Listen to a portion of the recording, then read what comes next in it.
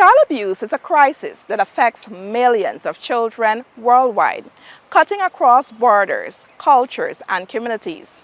According to the United Nations Children's Fund UNICEF, violence against children, whether physical, emotional, or sexual, takes place in homes, schools, neighborhoods, and even online spaces. The consequences are devastating, from severe injuries and sexually transmitted infections to lasting mental health struggles such as anxiety, depression, and even death. In 2024 alone, Guyana recorded more than 4,000 cases of child abuse, including more than 1,200 cases of sexual abuse. On today's episode of Sources, I'll be speaking with psychologist Dr. Dawn Stewart on the impact of child abuse and how we as a society can help to protect our children.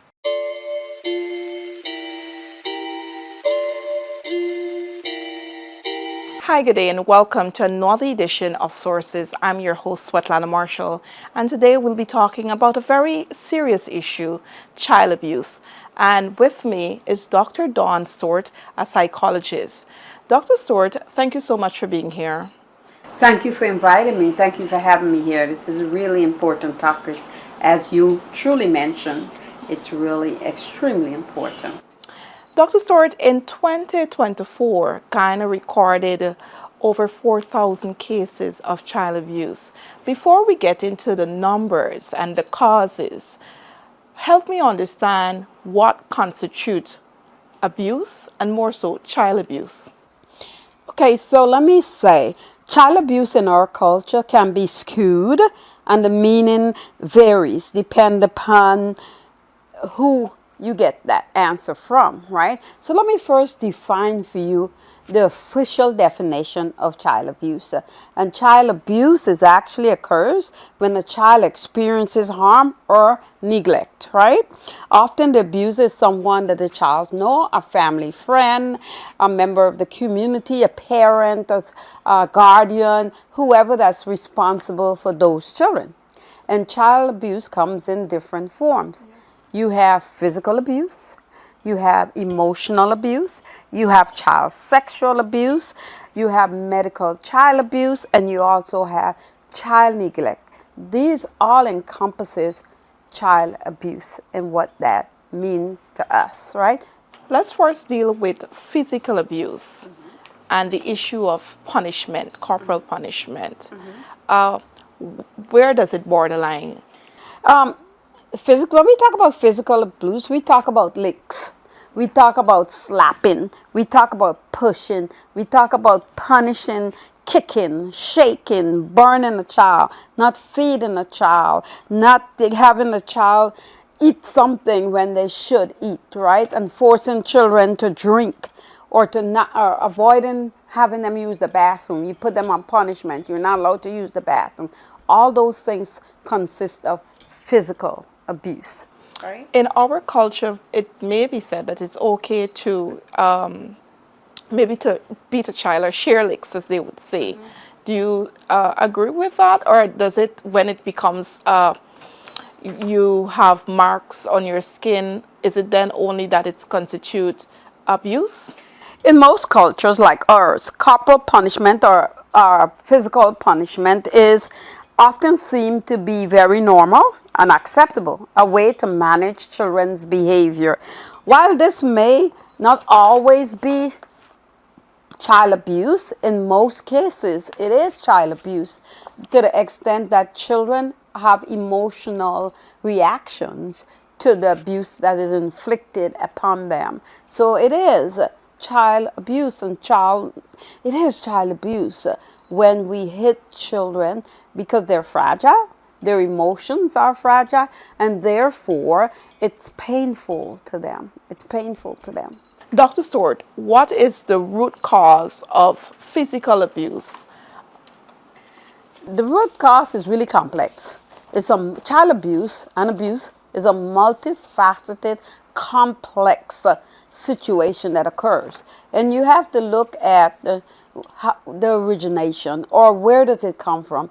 What studies have shown that abusers become more abusive because they have been abused. In most instances, they have been abused. And then we look at economic status, we look at poverty, we look at the family environment, we look at the parents, we look at the educational level of the parents or the guardians or whoever is responsible for children, right? And how they adapt to giving values and behavior patterns to the children so they can in turn have positive ways of addressing behavioral changes. And it's the same could be said of sexual abuse, of child abuse, children being sexually molested. The cause, is it that it's stemming from maybe a parent was abused when he or she was younger, and so that becomes like an acceptable norm? Why is it that so many parents and family members are silent when it comes to physical abuse, sexual abuse, emotional abuse? Well, the research has shown that abusers are oftentimes have been abused by someone along the chain, right? And so the abusers oftentimes become dysfunctional, right? Abusers suffer from depression, they suffer from anxiety, and many other things. And girls, for example, that have been sexually assaulted, they may become promiscuous, they may become suicidal. There are many, many things that happen to persons that have been abused. And what you also remember, children are silent hurters. And oftentimes they don't tell you that they have had been sexually abused, right? But their behaviors change. And oftentimes in our culture, when we see behavioral change for a teenage girl or a young girl that has just entered puberty and somebody has sexually molested her, the behavior changes. We in our culture say, oh, she just hot. She wants a man. Oh, she's this, she's that, without trying to find out or trying to understand why has this behavior changed? Because the behavior has changed for this child, right? And trust. Now, who do I trust within this relationship of the household?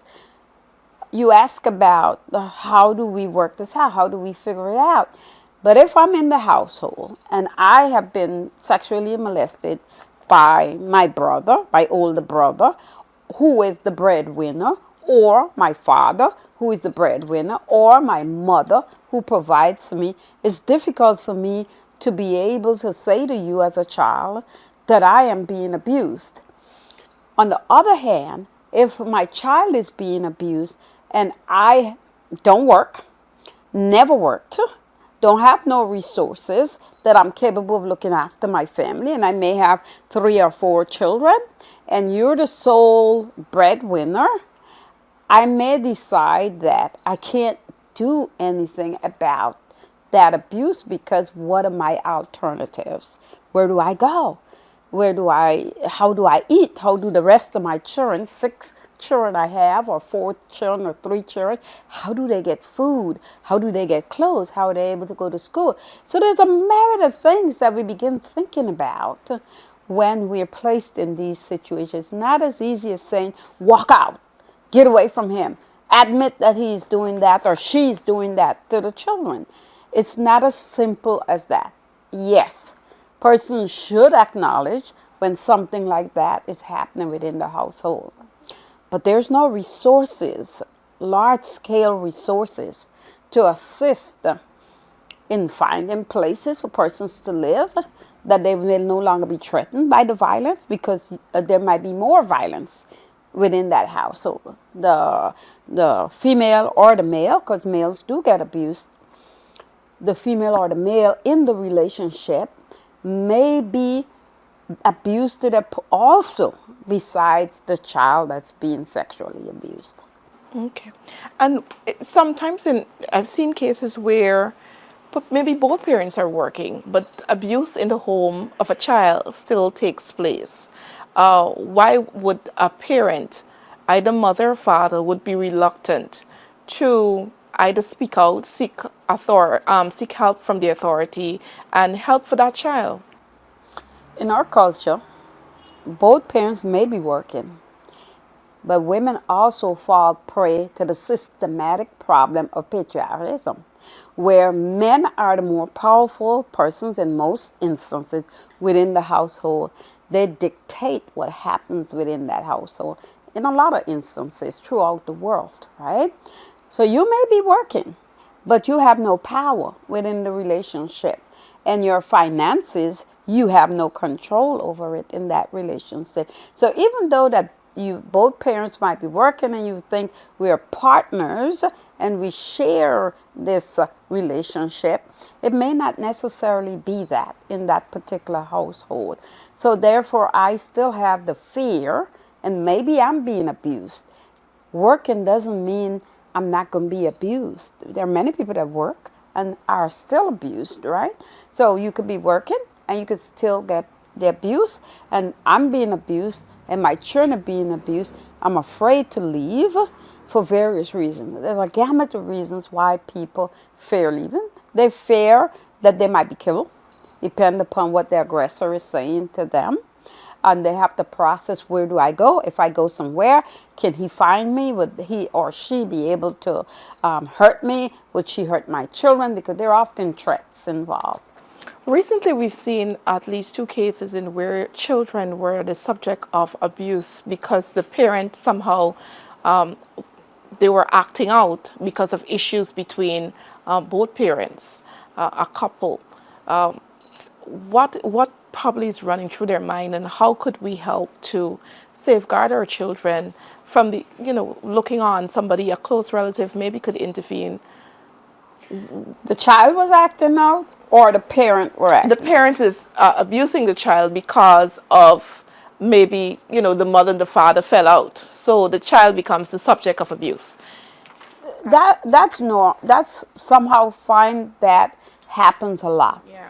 Because the parent, the person, they lost a loved one, the husband, they lost that connection, and they're oftentimes in struggle with themselves, and the frustration and the anger with themselves or the relationship, and the victim is someone that can't fight back. The victim is someone that unable to speak for themselves. And oftentimes, most of the times when people are violent to children, it's not necessarily because children do something. It's because of their own issues that they are unable, or their own mental state at that particular time. Alcohol plays a role, drugs play a role in it, anxiety, depression. There are many things that play a role in the behaviors of persons, right? And so that entails my anger, and my anger lashed out at someone that's incapable of reacting or responding to my anger. And the anger is often dealt out to the helpless, often dealt out to the person that is helpless, which in many cases are children. And it would be sometimes women, because they're helpless in the sense that they're not providers, etc., etc. And children usually get the brunt of that abuse when there's a dysfunctionality within the structure. Why don't family members come in? Oftentimes family members sometimes are experiencing the same thing. Oftentimes family members feel like, you're not listening to me. I told you to leave him 20 times. But it's not about leaving, because oftentimes I can't leave right now at this specific time because of all the things that I have surrounding me. I can't leave. Not that I want to leave, I can't leave at this present moment. And oftentimes we don't understand that. We have to have conversations about the dynamics of abuse and the psychological effects of abuse. So we'll get to the psychological effect, but before we do so, we spoke largely about abuse in the home, perpetrated against children by either parents, sexual abuse and physical abuse. But you also mentioned that abuse also happens in the wider world, in the communities and in schools. Do you hear of a lot of cases where children are being abused by other children, even in the school system, or even by teachers and persons who they trust? Yeah, Absolutely. In our culture, bullying is rampant. I have clients that they're bullied every day in school, right? And the children that bully them, oftentimes when you inquire to figure out, well, tell me about him. Does he live with his parents? Or tell me about her. What's going on? Does she have parents? Or you complain to the parents. Oftentimes they could be single parent families, divorces that create some other pain for children or some other trauma. You have broken homes, you have drugs inside the home, you have alcohol abuse within the homes. So children coming from troubled homes also create trouble because oftentimes they're in pain and they want to be able to be heard. Sometimes it's a cry for help. And our culture says again, for school environment, just like the home environment, that children behave or act up, they need some licks. Yeah. So some teachers may turn to the licks because I tell you to sit down, you're sitting down. I tell you don't hit the bar, you still hit the knee. You want licks on the child without knowing what is the underlying cause for that behavior. I believe that every school should have guidance counselors that are there to intervene into behaviors of children and to be able to help children to navigate those spaces and help parents to navigate the spaces of parenting, because sometimes those skills are very difficult to have when you have circumstances that also prevent you from being able to process the behavioral changes that are occurring. And your abuse, in most cases, I would say that abusers in the home, be it the male or the female, there's some other adult abuse going on in the home that also adds to the abuse of the children. Okay, you made some important points. So we're going to break it down a bit. We spoke about the impact, psychological impact on children. I want to hear about those impacts, whether it's physical, sexual, emotional. How does it affect a child in the long run? Does it affect them mentally?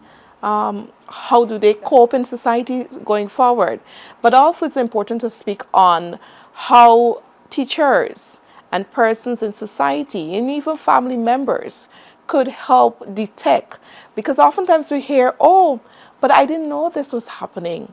How could one detect when a child is being abused? So first of all, the impact on children and how do we detect this abuse? So there's a really severe impact in children. For example, children that are sexually abused often have personality changes.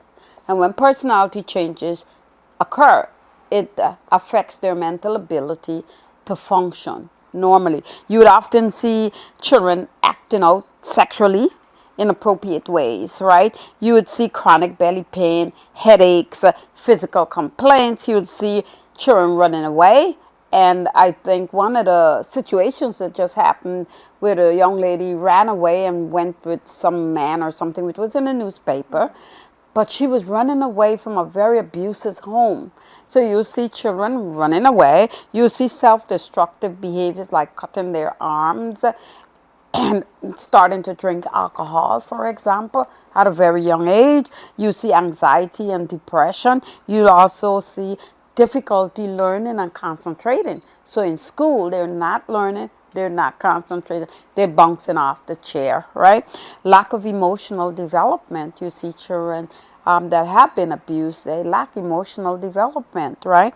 Poor self-esteem, for example, recurring nightmares and bedwetting. There are many, many things that happen to children that are abused. You see PTSD, where children that are abused are affected tremendously.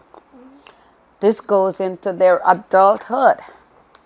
This pattern goes into their adulthood, especially if they haven't gotten any care or any treatment.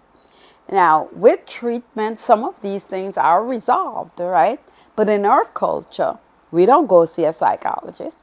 We don't go tell anyone, my daughter has been sexually abused, I need some help for her, or my son has been sexually abused, I need some help for him, right? We don't want anyone to know about our issues, what's going on in the house. So the child becomes an adult. So that's how it's affected as an adult. The child becomes an adult with all the trauma that has been unresolved. And so these are all signs persons must look for, how children are reacting, is there a change in their behavior, self-destruction, and things like that. Okay. And what help? You say you spoke about seeking counseling and seeing a psychologist. How important it is to do these things, counseling. Do people really go to counseling in Guyana? Well, I see a lot of people in counseling. I see a lot They of bring their kids. children? I see teenagers. I see adults, right? And yes, counseling does help. Psychotherapy, to say, does help.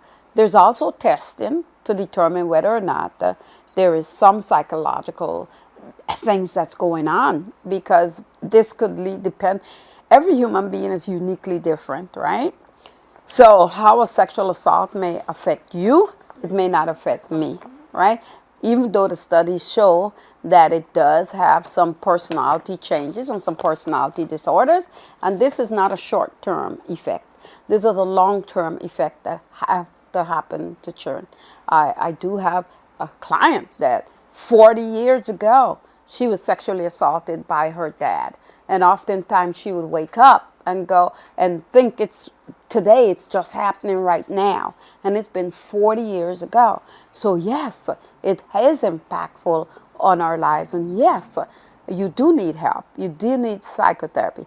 Teachers, counselors, parents need to be fully aware of what this does to the life of a human and their lives, because their lives are also complicated by the events of the abuse. Because, for example, you're a mother and you're fully aware that your daughter is being abused, right? And one may say, oh, she don't care.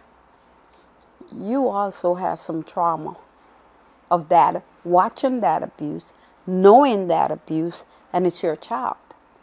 So you can do a couple of things. You can hide it. You can oftentimes become angry that you lash out at others, or even lash out at the child and blame the child. Or you could seek help.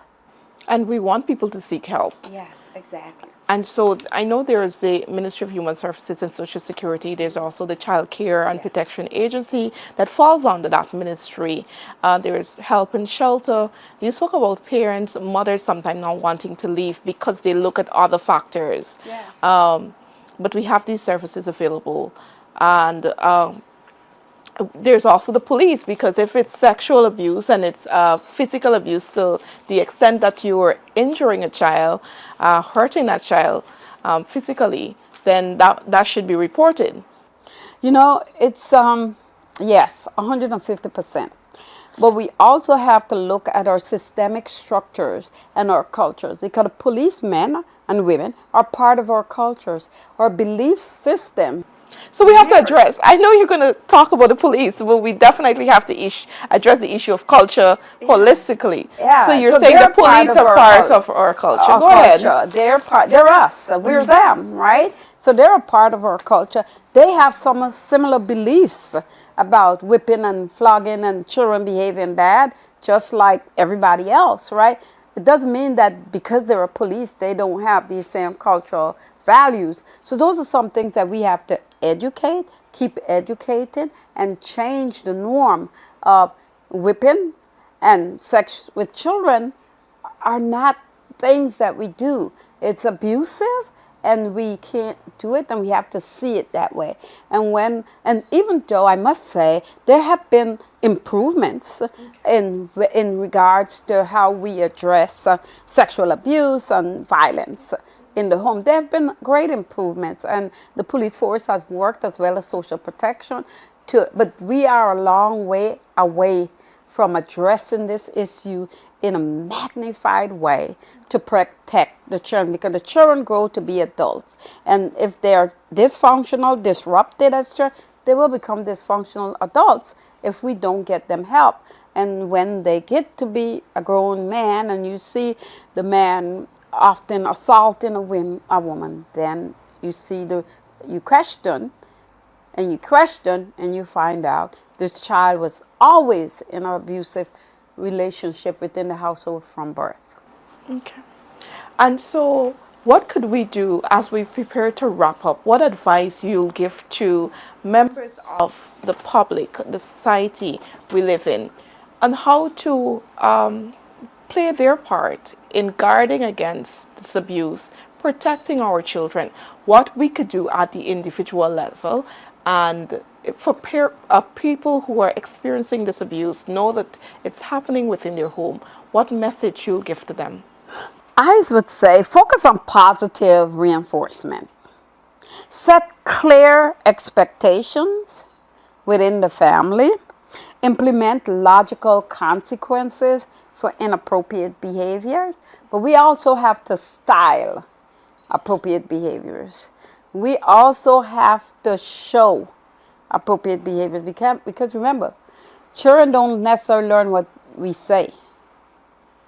They learn what they see, and they actually do what they see, right? More than what they hear. So we have to also be conscious of practicing. And when we see things or when we are being overwhelmed, we need to get help. When we're being overwhelmed, and you're not alone. You're not alone. There are many, many people in the world that is experiencing the frustration of raising children, frustration of poverty, frustration of you being abused, frustration of you carrying trauma, long-lasting trauma that have never been resolved with you. And so you don't have the skills exactly to be able to navigate this space. So you seek help. I don't know if they still do parenting classes, but our NGO does continue to do parenting classes. They're welcome to come to parenting classes. What's the name of the class? Monique's Caring Hands, and it's parenting classes. Just parenting classes that helps parents to be able to understand why the children recognize the signs of behavior changes and why they're happening. It's not as easy as we said, go complain, go to the police. You know, I had parents that children have been assaulted by their loved one, and it took weeks for them to feel comfortable to report it to the police and to get help. And even at that point, it took weeks to get them to understand this was wrong. It's not me. It's you that committed this, and it's wrong. You need help as well as I need help, and this child needs help. And it's very difficult for persons to really accept that, admit it, but it's okay. You're not alone. You'll be healthier, and the perpetrator also needs help. Yeah. The perpetrator also needs help. So the behavior wouldn't be repeated somewhere else. Because more than likely, if you don't get help, it's going to be repeated somewhere else. If the child doesn't get help, it'll be repeated somewhere else. So the cycle will continue without interjection and without help and care. So we say, get help. Get help as soon as possible. You report if a child has been sexually abused. I'm adamant about that. You need to report it to the police station. You need to build the courage. You need to find someone that you could talk to that can help you through that process of making it known that an incident has happened to a child. Because we know of all of the abuses that significantly impacts the life and has some serious implications. All of them, physical abuse, all of them have implications. But we know that sexual assault have some really serious implications on the mental health of a person. Okay. And in your closing remarks, could you maybe just give some tips to, it may not be sexual abuse, but it may be emotional abuse for whatever reason, and it may also be physical abuse. What are some alternatives to alternative punishment that persons could employ as against physical violence against children? I believe in, first of all, understanding children are human. They have emotion, just like adults do. They care, they cry, they're unhappy, they fear. They have the same emotions that adults do. They express it differently. So there's time that you need to spend trying to understand those emotions. You have to spend time trying to be patient, but yes, we understand. I understand because you're in a crisis. So you can't help a child, or you would belt out on a child because you're in a crisis. That's where it starts from. So adults need to understand, I'm in a crisis, I'm having an issue, I need some help before I inflict pain onto a child or I do something that is not necessarily good to a child. Children would, anytime you see children change their behavioral patterns, they change their behavior. They become secluded. They want to stay in their rooms, or they want to stay in a corner, or they're not talking to you. Or if when you speak to them, they back chat. Something else is going on.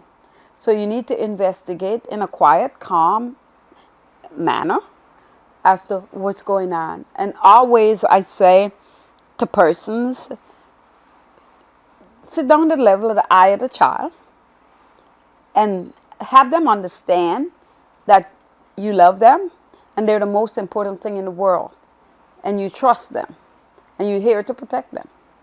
But we have to use those words and get them to understand your love for them is unconditional and not judgmental.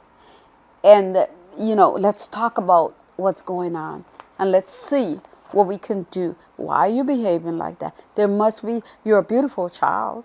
Tell me what's going on. Tell me what's going on. Trust me. Because oftentimes they're scared of your expectations for them, and they're scared of your trust, and they don't want to lose your trust. Your parents are your idols. They're the best thing in the world. You look up to them. So you don't want to disappoint them. You don't want to hurt them. You don't want to tell them the man that is feeding you every day has been touching me. Because the consequences, will you believe me? Will you throw me out? Will we all be thrown out? Then it will be my fault. And how would I live with that? So there are many things that we can do. We can start by talking to our children. Start by, most of all, I think adults, parents need to get help to learn, how do I parent? Even though each one of us, including me, think we were the best parents in the world. When I knew I wasn't the best parent in the world is when my daughter at 5 years old told me, you suck as a mother. The question would be, why did she tell me that? I was doing a PhD, I was working full time, I was going to school, and I didn't have a lot of time spending with her. And she needed me to spend time with her. And that's the best thing that she ever did for me. Because it gave me a moment to pause and to think and to understand, wow, what is wrong? I'm not a perfect human being. And that's I often say to people, that was a harsh pill to swallow. But today I'm grateful that I did swallow that pill, because I was able to change my behavior and impact positively on their lives. And that's the key to raising children, because at some point they become adults, you become elder, then what happens? What happens to our society? What happens to our communities? Our communities diminish, our societies diminish, and the cycle continues. We definitely don't want that. So it's time to change the culture, speak out. In the case of sexual abuse and abuse in general against children, it's important to seek help, reach out to the authorities. As indicated earlier, there is the Child Care and Protection Agency. There are a number of NGOs, and I'm hoping that in the future, in the coming weeks, I'll be able to sit down with ministry officials from Ministry of Human Services and Social Security, and also the Child Care and Protection Agency, so that we could have a better understanding of the services that are available, that parents could, and mothers, and even fathers who are in need of help could get that help. And so I want to thank you so much, Dr. Stewart, for sitting here with me and addressing this very important issue, something that has plagued society many, many years. So it's a conversation that must be continued. And so I would look forward to, and hopefully I will be able to have those specialists, just like I've had here, Dr. Stewart, sit with me and discuss the issue of child abuse and abuse in general, mental health issues. And so I want to thank you so much for tuning in today to this episode of Sources. I've been your host, Svetlana Marshall.